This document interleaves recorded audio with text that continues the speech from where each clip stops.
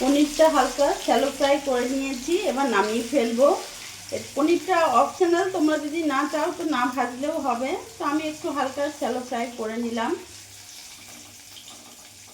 বাড়িতে একটু পনির ছিল, তাই কি করি, হাজব্যান্ড বললো মিক্স ভেজ করতে, তাই মিক্স ভেজ করছি।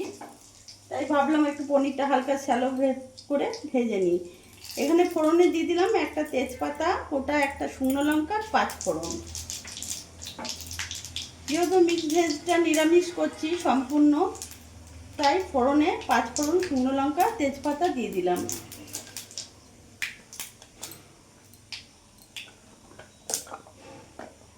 এবার সবজিগুলো আমি সব দিয়ে দেবো।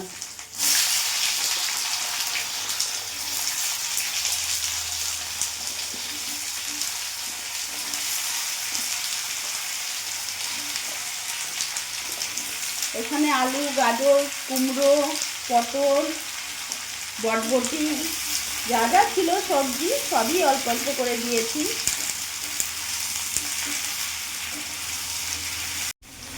আমি সবজিগুলো ভাজা ভাজা করে নিয়েছি।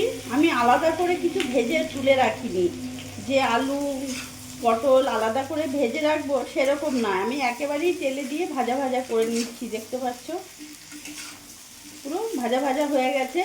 এবার এর মধ্যে আমি এক এক করে উপকরণ দিয়ে দেবো। লবণ দিয়ে দিলাম এখানে 1.5 চামচের মতো, হলুদ গুঁড়ো দিয়ে দিলাম, জিরে গুঁড়ো দিয়ে দিলাম, ভালো করে নাড়াচাড়া করে নেব।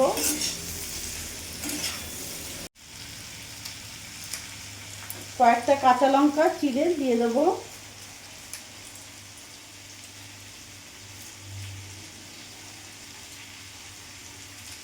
চারটে কাঁচা লঙ্কা চিড়ে দিয়ে দিয়েছি।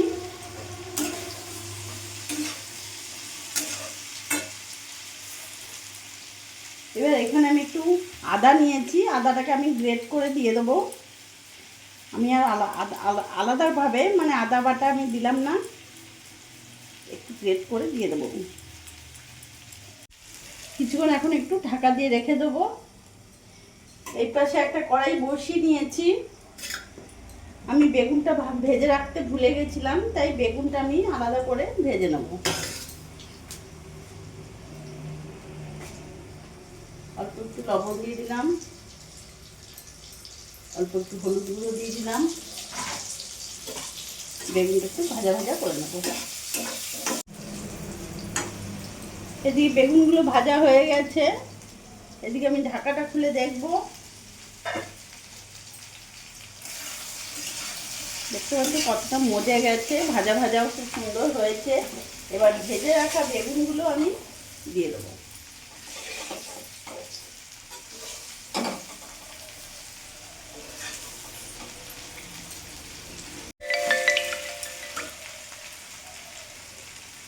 সামান্য একটু কাশ্মীরি লঙ্কা গুঁড়ো দেবো, যাতে কালারটা ভালো আসে। গ্যাসের ফ্লেমটা একটু বাড়িয়ে দিলাম। এবার আমি জল দিয়ে দেবো।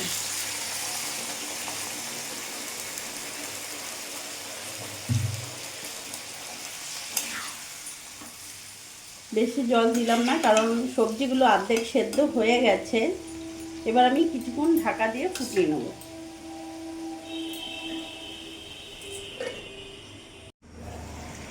কিছুক্ষণ ঢাকা দিয়ে রেখে দিয়েছিলাম। বাহ, খুব সুন্দর সেদ্ধ হয়ে গেছে। একটু খুন্তি দিয়ে এইভাবে একটু ঠেসে ঠেসে দেবো, যাতে বেশ মাখো মাখো হয়। এরই মধ্যে ভেজে রাখা পনিরগুলো এখন দিয়ে দেবো।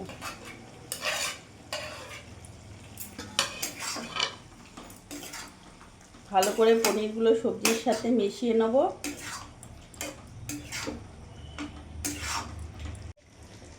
সামান্য অল্প ওপর থেকে একটু চিনি দিয়ে দিলাম, যেহেতু মিক্স ভেজ একটু মিষ্টি হলে ভালো লাগে, স্বাদটা আরও বাড়িয়ে দেয়। কিন্তু যারা খাও না, না দিতেও পারো, অসুবিধা নেই। একবার ভালো করে নাড়াচাড়া করে নেব। দেখতে পাচ্ছ কতটা মাখো মাখো হয়েছে। এবার আমি গ্যাস অফ করে দেবো।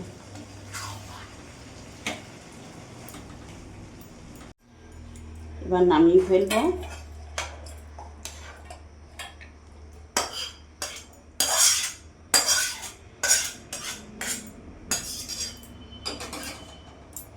এইভাবে মিক্স ভেজ কার না ভালো লাগে?